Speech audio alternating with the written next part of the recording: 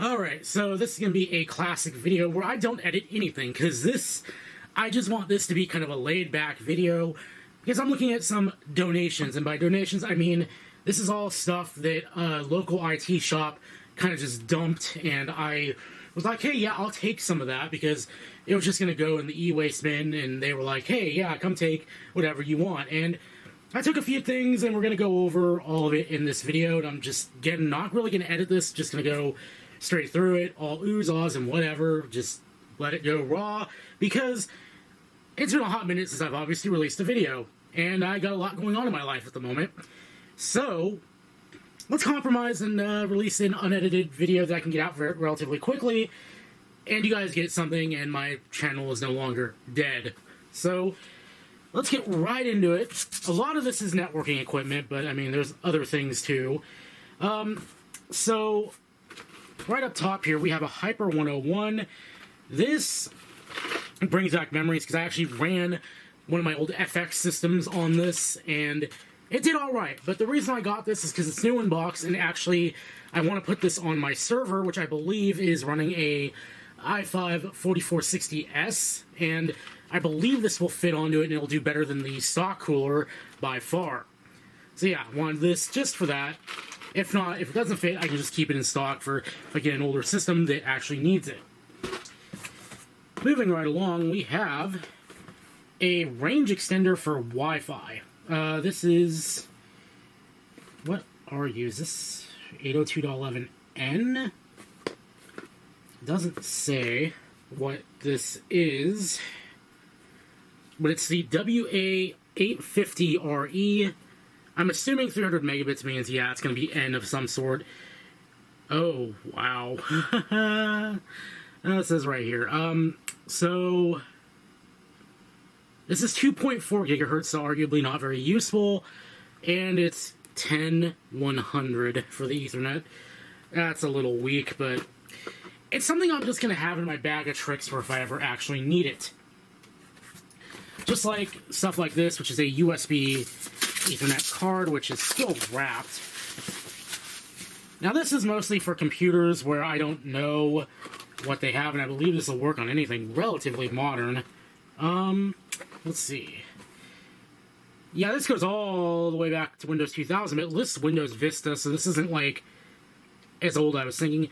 Supports up to 200 megabits per second in full duplex mode. Backward compatible with USB 1.1. But this will be for something where it's like an ancient card like this will probably have drivers built into the OS. And yeah, it's still in there. Everything's in there. I'm just going to keep this in its box. No use in pulling it out. This is something a little more useful. This is a Ethernet switch for gigabit. And this is useful because I currently have a gigabit switch feeding everything on my desk right now, and it's almost out of ports. So this, I could probably daisy chain off it, and it would be nice to get more ports because, you know, again, I'm running out, or I could put this somewhere else in my room where I can easily access it. Yeah, very nice to have. You have eSATA to eSATA. I do not have any eSATA devices, but I have things that support it. I'm trying to think. Like my WRT, I was about to say 54, 1900 AC, it's actually sitting in the garage, acting as a wireless bridge. That has eSATA support, and I mean, if I get an enclosure that has eSATA, I could make it into a NAS, which, I mean, I really don't need because I have two 6-bay NAS units, one actually in my closet off this direction, one behind me under my desk. And one of them is not full, so, I mean, arguably I don't really need that.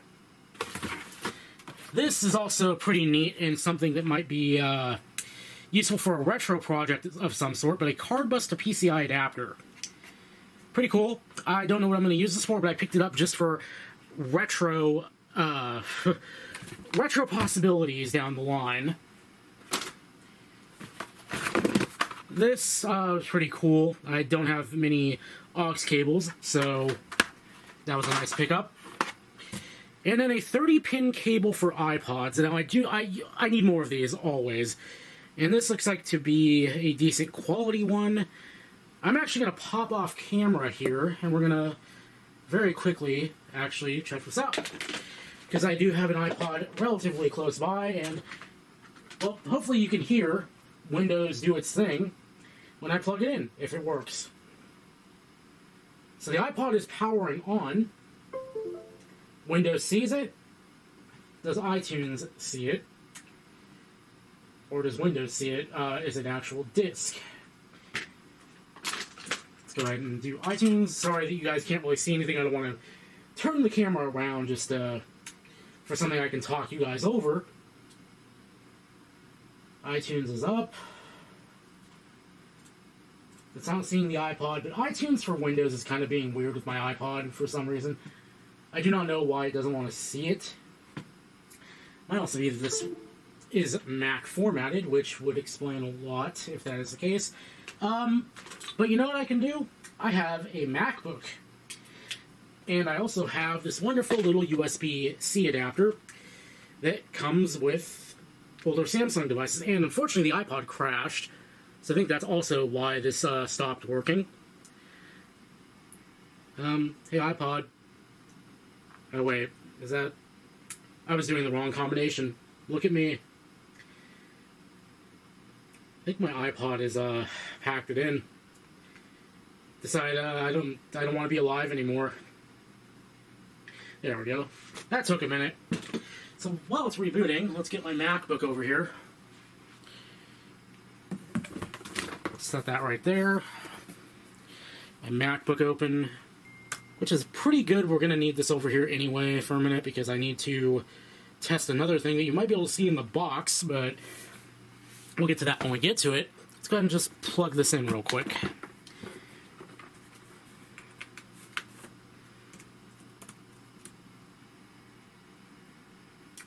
Does music see the iPod? Yes, it does. So we know this 30-pin does in fact work. Very nice. Always nice to have more of these. Even though they are freely available online, still it's very nice to get one for the low, low price of free. So I'm going to go ahead and unplug that, stick that back over here, grab a thing I'm going to need in a moment while I'm over here. Just put that aside and put this aside. Alright. Let's get back into it. This is something that I also bought for, or not bought, but got for retro applications. Wow, comes on a floppy disk. That's funny. But I do have a couple of old laptops that could probably benefit from something like this. So it's nice to have this complete in box with everything associated. Now what I could probably do, well, this looks like it only works for Windows. However, I do have a PowerBook G4 that, you know, might be able to use this. I wonder, well, no, the PowerBook is, actually, no, it's right here. We'll test this live if the battery still has a charge on it, which it does, so we're in luck. So yeah, let's go ahead and just test this live, why don't we? I'm pretty sure this is not going to work because it doesn't have Mac compatibility, but maybe it's so old that Mac OS will just have drivers for it.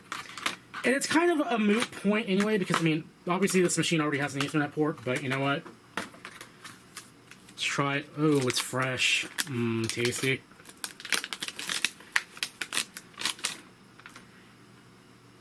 Will card bus work in this laptop? Probably the first time that port has ever been used. Power up. Well, that's starting. I'll let that do its thing. Get back into this with more stuff. Another USB fast Ethernet adapter. I didn't check if that's actually in here, though. And yeah, it is. Okay. That off to the side. Get to that in a moment. USB to ATSC tuner. I am not sure how useful this actually is, considering this looks to be pretty old. I don't know if it's actually in here. Very quick jump cut to actually go sneeze. Let's see, is this actually in here?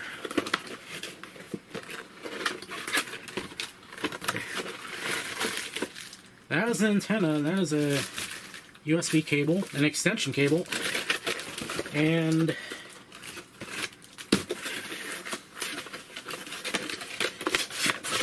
yep, there it is, right there. I'll have to see if that works later. That's pretty neat. I'm pretty sure it's not gonna work because does this?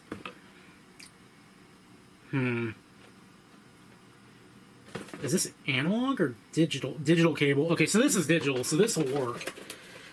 So the PowerBook is finished booting. Let's see if we have anything in About This Mac. Go to more info. PC cards. It does see Ethernet controller, system preferences, network. It does see it. Pretty cool. Let's see. PCI Ethernet PC card. Okay. To actually quickly check this out then. If I plug this in.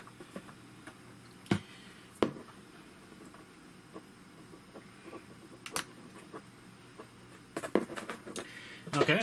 And now, if I go behind us here, should be able to get this. I need to actually recable this at some point, but this should be enough to test. We have link, and we should see it populate in a moment here. Maybe, possibly. Let's see. Apply, actually cancel. You just renew DHCP lease. Maybe it'll find something.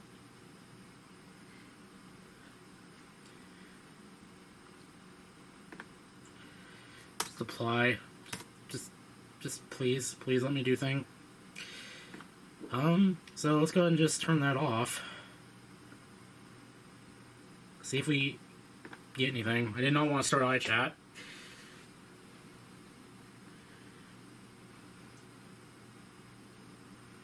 Oh, it's working. We have something.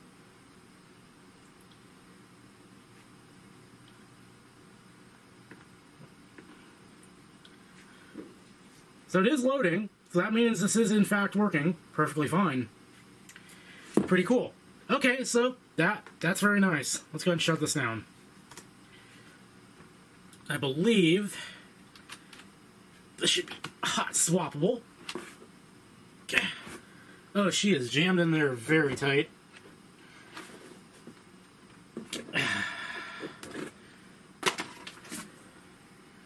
I'll have to get that out at a later time. And the G4 is not wanting to shut down, so we'll just put you aside and deal with you at a later time. Okay, back to our unboxing video already in progress. I'm not sure what I'm going to do with this. I might put this in my server just for giggles and grins, or whatever they say, the PG-13 whatever version of whatever they say, because eSATA port, interesting. Yeah, that'll probably go in my server. This is pretty cool. This is I believe a Sonim XP5S, and I thought it was like a satellite phone of some sort at first, and I googled it and saw it was nothing really special short of being a dumb phone that is rugged. I do want to autopsy this at some point. That may be another video in and of itself. Maybe get the battery out. Does this actually just pry open, or do I have to... I think I probably have to take those out and then get the battery out, put it on a universal charger, see if this thing actually boots up and does anything. That's special, I think. We'll see. But coming over here, we have a external TV tuner HD. Now, I don't know what... Let's see, this is not what I thought it was, but I mean, it still might be something neat. There is no... Is that audio in or audio out? There is, Unfortunately, it looks like no USB functionality on here, which is a little sad, but what can you do? Got a VGA adapter for DVI, I see. And there are plenty of things. So this is really meant, I guess, to convert things to VGA. Oh, it is actually a digital, I believe, tuner. That's a breakout for VGA. Interesting. And a remote. Oh, God. These have not leaked. Wow. I don't know how long they've been in here. That's a miracle. Alright, in the bin. Wherever the bin happens to be in my room. Okay. That is neat. I will put that aside. Along with this. And then this is another thing for possibly retro applications. I would put this on my desktop, but I do not have any PCI slots, just PCIe. And the reason why is because I actually am locked out. I have too many SATA devices, and I would actually put my CD-ROM drive on here to free up a 6 gigabit SATA port, but alas, yeah, hiccups. But alas, yeah, it's all in here, all good. I think the reality of this is going to be actually just for something retro, unless I'm completely wrong, and my computer actually has a PCI slot, but I'm pretty sure it does not. Last, until we get to the good thing, is this wireless LAN access point. I got 2 of them just in case, but I believe, yeah, this, I do not think these can extend a network, or these can act as a wireless bridge, because that's what I wanted to do with this, but this is just a basic access point for Ethernet. What I wonder if you can do with this is, what is this? Oh, a PoE adapter, neat. So what I wonder is, with this, if, passive PoE equipped, that might be useful to some extent. Can I use this to, yeah, this does support PoE. So if I wanted to use PoE with something, I could do this. So, So I might actually use this, because what this can do is this can act as a wireless bridge. And this is a dedicated, or can be a dedicated bridge. So the reason why this might be useful is because I have a server in the garage. Because this house was made in, I would guess, the 70s, back before anybody anticipated massive use of outlets for computers and such. So in my room here, I'm actually out of outlets to use. And I don't want to use, well, I mean, I have more I can use, but I don't want to overload the, house circuitry. So I moved my server out to the garage and have it linked up to the network through a wireless bridge. And that is using my old WRT 1900 AC.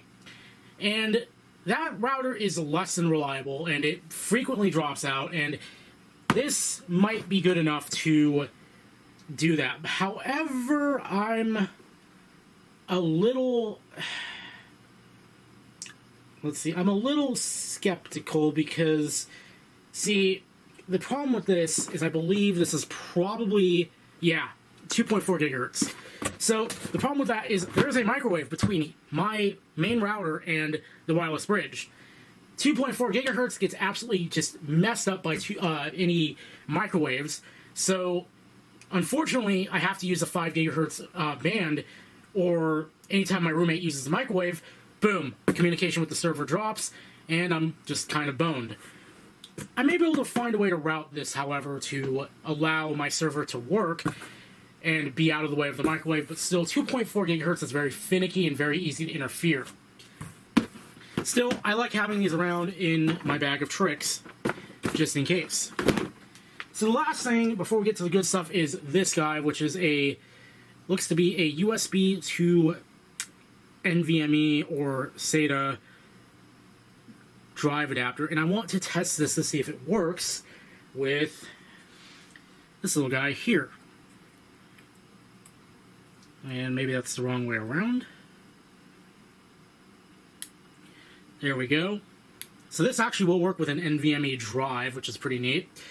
So what I want to do is I want to see if this actually works, because I would like to turn this into a, you know, a nicer thumb drive. And it is USB 3.0, which is actually really nice.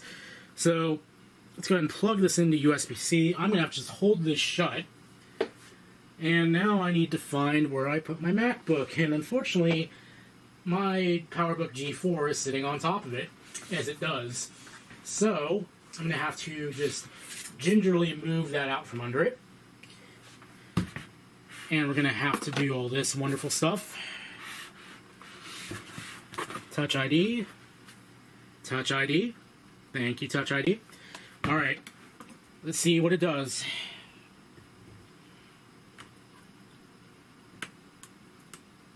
Now we have life.